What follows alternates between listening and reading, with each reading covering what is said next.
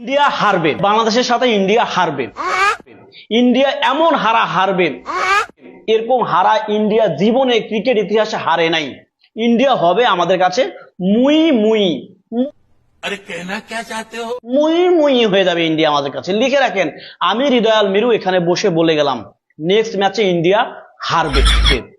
Cricket world কাপে এখন পর্যন্ত কোনো দল ওইভাবে মুই মুই ব্যাপারটা ঘটাতে পারে না যেটা বাংলাদেশ ঘটাতে যাচ্ছে।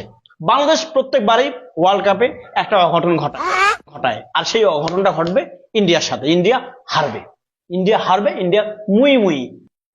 নিজের গালের মধ্যে থাপড়াইতেছি, মুখ খারাপ করতে পারতেছি না পাবলিকের জন্য। শুয়োরের বাচ্চারা নেদারল্যান্ডের মতো একটা দলের কাছে এইভাবে হারে। আমরা আশা নিয়ে দেশ থেকে আসি, কুত্তার বাচ্চারা শুয়োরের বাচ্চা দেশ থেকে একটা বিশ্বকাপ রানিং থাকা অবস্থায় দলের ক্যাপ্টেন কিভাবে দল রেখে দেশে যায়, কিভাবে যায়? कंट्रोल পাপাউন সাকিব আল হাসান শুয়োরের বাচ্চাদের গালে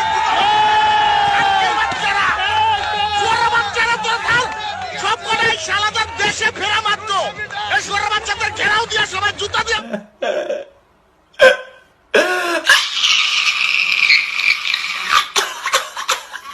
মারেন। শুয়োরের বাচ্চারা যে আমি আমার নিজের গালে থাপ্পড় মারতেছি, থাপ্পড়। শুয়োরের বাচ্চার দল রাইখে কিভাবে যায়? কুত্তার বাচ্চারা। এই প্রথমে থেকে রইয়াছে তারপরে থেকে রইয়াছে তারপরে থেকে রইয়াছে তারপরে থেকে রইয়াছে নাজমুল হোসেন পাইন মেরেছে, তারপরে থেকে রইয়াছে সাকিব আল হাসান পাইন মেরেছে, তারপরে থেকে রইয়াছে মুশফিকুর রহিম পাইন মেরেছে। তারপর আর কল লাগবে না, ওডি বলার। বাবা সাকিব, ও বাবা, বাবা ভালো আছো তো? নাও তোমার জন্য চার্জার আনছি, তুমি তো চার্জ দিয়ে নাও। তোমার তো অবসরে যাওয়ার কোনো নাম নাই। এই যে চার্জার, তুমি যাইয়া প্লিজ আইসিসি প্রেসিডেন্ট আপনার কাছে আমাকে অনুরোধ, আমাকে ম্যাচে এই সাকিব আল হাসান অবসরে যাইতে পারবে না, তার চার্জ শেষ, তাকে একটু চার্জ দিতে হইবে, বিরতি দেন, ম্যাচটা একটু বিরতি দেন। ম্যাচটা ঠকে গেলাম, ওপেনিং এ 3 রান, তানজিদ হাসান 14, আর সোবান হাইয়ের পর করছে কেটা কি নাজমুল হোসেন 13, সাকিব আল হাসান হুদা 5 রান। ও বাবা, তামিম ইকবালের নিলে তোমার কি লসটা হইতে? এই ওপেনিং দে যে কুফাটা পরে, সেই কুফার চড়ে একশোর পরে তেজ যায়।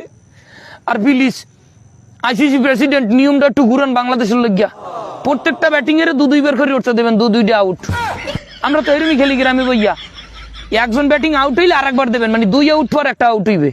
প্লিজ এই নিয়মটা মানেন, অথবা ম্যাচের মধ্যে একটু চার্জ দেওয়ার ব্যবস্থা করবেন, কারণ আমাকে ব্যাটিং এর চার্জ থাকে না, ব্যাটারি লো মারে, যে কোনো মতো উঠতে দাঁড়াইতে পারেন, এর মধ্যে battery low, battery is damage. কোন কোম্পানির ব্যাটারি আমাকে ব্যাটিং এ গো? হ্যাঁ, আমরা কইতেই পারি না। মাঠে নামিয়েই দেখবেন যে চার্জ এখন শেষ হয়ে যায়, এই জন্য চার্জার নিয়ে ঘুরতে আছি, তাদেরকে চার্জ দিতে হইবে। আর প্লিজ আমাদের স্কোয়াডটা 22 সদস্যের করার জন্য অনুরোধ করা হইলো, কারণ বাংলাদেশ 11 জন দিয়া যে টার্গেট মজা আয়া।